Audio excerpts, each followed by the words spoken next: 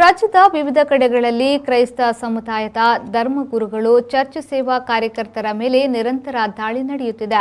ಸುಳ್ಳು ಕೇಸುಗಳನ್ನು ದಾಖಲಿಸಿ ಕ್ರೈಸ್ತ ಧಾರ್ಮಿಕ ಮುಖಂಡರುಗಳನ್ನು ಬಂಧಿಸುತ್ತಿರುವ ಕೃತ್ಯವನ್ನು Social Democratic Party of India ಖಂಡಿಸುತ್ತದೆ.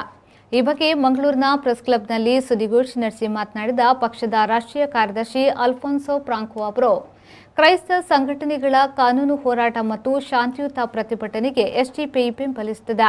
ರಾಜ್ಯದಲ್ಲಿ ಕ್ರೈಸ್ತ ಶಿಕ್ಷಣ, ಆರೋಗ್ಯ ಮತ್ತಿತರ ಸೇವಾ ಸಂಸ್ಥೆಗಳಲ್ಲಿ ಲಕ್ಷಾಂತರ ಹಿಂದೂ ಮುಸ್ಲಿಂ ಬಾಂಧವರು ಪ್ರಯೋಜನವನ್ನು ಪಡೆಯುತ್ತಿದ್ದಾರೆ. ಎಲ್ಲಿಯೂ ಮತಾಂತರಕ್ಕೆ ಒತ್ತಾಯ, ಪ್ರೇರಣೆ ನೀಡಿದ ಉದಾಹರಣೆಗಳಿಲ್ಲ.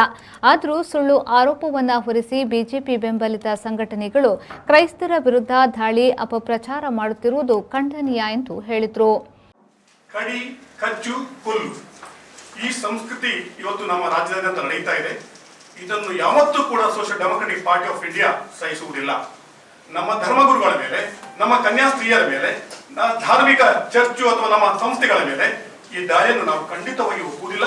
ಸುಳ್ಳು ಮೊಕದ್ದಮೆಗಳನ್ನು ಹಾಕಿ ನಾವು ಮತಾಂತರ ಮಾಡ್ತೇವೆ, ಅದು ಮಾಡ್ತೇವೆ, ಇದು ಮಾಡ್ತೇವೆ ಅಂತ ಹೇಳುವಂಥದ್ದು ಇದು ಶುದ್ಧ ಸುಳ್ಳು.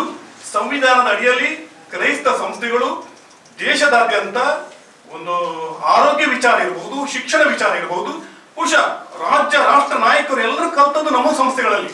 ನಮಗೆ ಈ ಜಾತಿ ರಾಜಕೀಯ ಮಾಡಿ ಅಥವಾ ನಮ್ಮ ಕ್ರೈಸ್ತರಿಗೆ ಅವಶ್ಯಕತೆ ಇಲ್ಲ ಅಂತ ಹೇಳ್ತೀನಿ. ಈ ಸಂದರ್ಭದಲ್ಲಿ Social Democratic Party of India ಭಾರತೀಯ ಎಲ್ಲಾ ಕ್ರೈಸ್ತರ ಪರವಾಗಿ, ದಲಿತರ ಪರವಾಗಿ, ಹಿಂದೂಗಳ ಪರವಾಗಿ ಕೂಡ Social Democratic Party of India ಅನ್ಯಾಯವಾದಾಗ ಅದನ್ನು ಕಟಿಬದ್ಧವಾಗಿ ವಿರೋಧಿಸುತ್ತದೆ.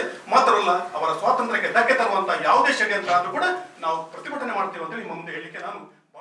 ರಾಜ್ಯ ಉಪಾಧ್ಯಕ್ಷ ಅಬ್ದುಲ್ ಮಜೀದ್ ಖಾನ್ ಅವರು ಮಾತನಾಡಿ, ರಾಜ್ಯ ಸರ್ಕಾರವು ಕೇವಲ ಕ್ರೈಸ್ತರ ಪ್ರಾರ್ಥನಾ ಮಂದಿರ, ಧರ್ಮಗುರುಗಳು, ಆಸ್ತಿಪಾಸ್ತಿಗಳ ಸರ್ವೆ ನಡೆಸಬೇಕೆಂದು ಸರ್ಕಾರ ಅಧಿಕಾರಿಗಳಿಗೆ ಆದೇಶ ನೀಡಿರುವುದು ಸರಿಯಲ್ಲ ಎಂದು ಹೇಳಿದರು. ಸಾಮಾಜಿಕ ಹಿನ್ನೆಲೆಯಲ್ಲಿ ಬಹಳ ಕೆಳಸ್ತರದಲ್ಲಿದ್ದಂಥವರನ್ನ ಮುಂದಕ್ಕೆ ತರತಕ್ಕಂತಹ ಕೆಲಸವನ್ನ ಈ ದೇಶದಲ್ಲಿರತಕ್ಕಂತಹ, ಕರ್ನಾಟಕದಲ್ಲಿ ಇರತಕ್ಕಂತಹ ಕ್ರೈಸ್ತರು ಬಹಳಷ್ಟು ಕೆಲಸವನ್ನು ಮಾಡಿದ್ದಾರೆ.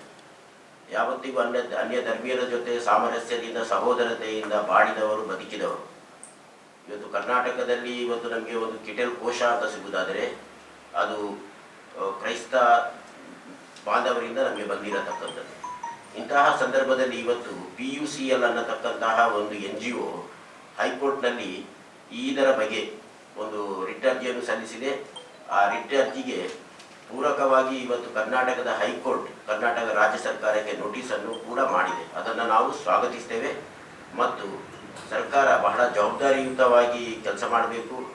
ಇಲ್ಲಿಯ ಸಂವಿಧಾನವೇ ಹೇಳಿದೆ, ಯಾರನ್ನು ಕೂಡ ಅವರ ಧರ್ಮದ ಆಧಾರದಿಂದ, ಜಾತಿಯ ಆಧಾರದಿಂದ ಅಥವಾ ಅವರ ವರ್ಣದ ಆಧಾರದಿಂದ ಅವರ ಮೇಲೆ ಭೇದ ಭಾವ ಮಾಡುವಂಥದ್ದಿಲ್ಲ. ಹಾಗಾಗಿ ಸರ್ಕಾರ ಬಹಳ ಜವಾಬ್ದಾರಿಯಿಂದ ವರ್ತಿಸಬೇಕನ್ನತಕ್ಕಂತಹ ಸಲಹೆಯನ್ನು ನಾವು ಸರ್ಕಾರಕ್ಕೆ ಕೊಡಲಿಕ್ಕೆ ಇಚ್ಛೆ.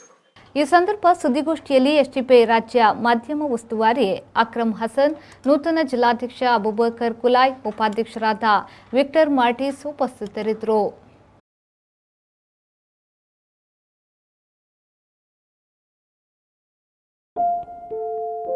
ನೈಸ್ನಾ? ಸಮೃದ್ಧಿ ಬ್ಯಾಂಗಲ್ ನಾನ್ ತಗೋತಿದ್ದೀನಿ. ಎಲ್ಲ ಕಡೆ ಚೌಕಾಸಿ ಮಾಡ್ತೀಯಲ್ಲ, ಜ್ಯುವೆಲ್ರಿಗಾಗಿ ಮಾಡಲ್ವಾ? ಚೌಕಾಸಿ ಅಗತ್ಯವಿದೆ, ಆದ್ರೆ ಮಲಬಾರ್ನಲ್ಲಿ ಅದರ ಅಗತ್ಯವಿಲ್ಲ. ಅವರು ಹೇಳುದು ನಿಜ. ಇದು ಮಲಬಾರ್ನ fair price promise. Fair making charges ನಿಮ್ಗೆ ಹಾಗೂ ನನ್ಗೆ. ಇದರಿಂದ ನಮ್ಮೆಲ್ಲರಿಗೂ ಸಿಗುತ್ತೆ total value for money guaranteed. ಎಲ್ಲ ದಿನ ಹಾಗೂ ಎಲ್ಲ ಕಡೆ. Exactly. Malabar fair price promise. Fair making charges ಎಲ್ರಿಗೂ, ಎಲ್ಲ ದಿನವೂ ಹಾಗೂ ಎಲ್ಲ ಕಡೆಯೂ.